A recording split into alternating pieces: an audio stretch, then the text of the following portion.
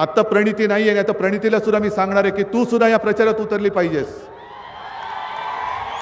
कारण मी स्वतः प्रणितीताईच्या प्रचारासाठी आलो होतो ना. तुम्ही सगळे होतात.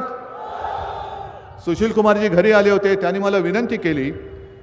आणि सुशील कुमारजी म्हणजे आपल्या शिवसेना प्रमुखांचे जुने मित्र. मी आपल्या उमेदवाराच्या 2-3 सभा सोडून मुद्दामून मी प्रणितीताईसाठी आलो होतो. आता प्रणितीताईला सुद्धा मी सांगतोय, तिला आज इकडे नाही, ती मला वाटतं विदर्भात आहे, की प्रणितीताई तुझ्यासाठी या सगळ्यांनी मेहनत केलंय, आता तू यांच्यासाठी मेहनत कर.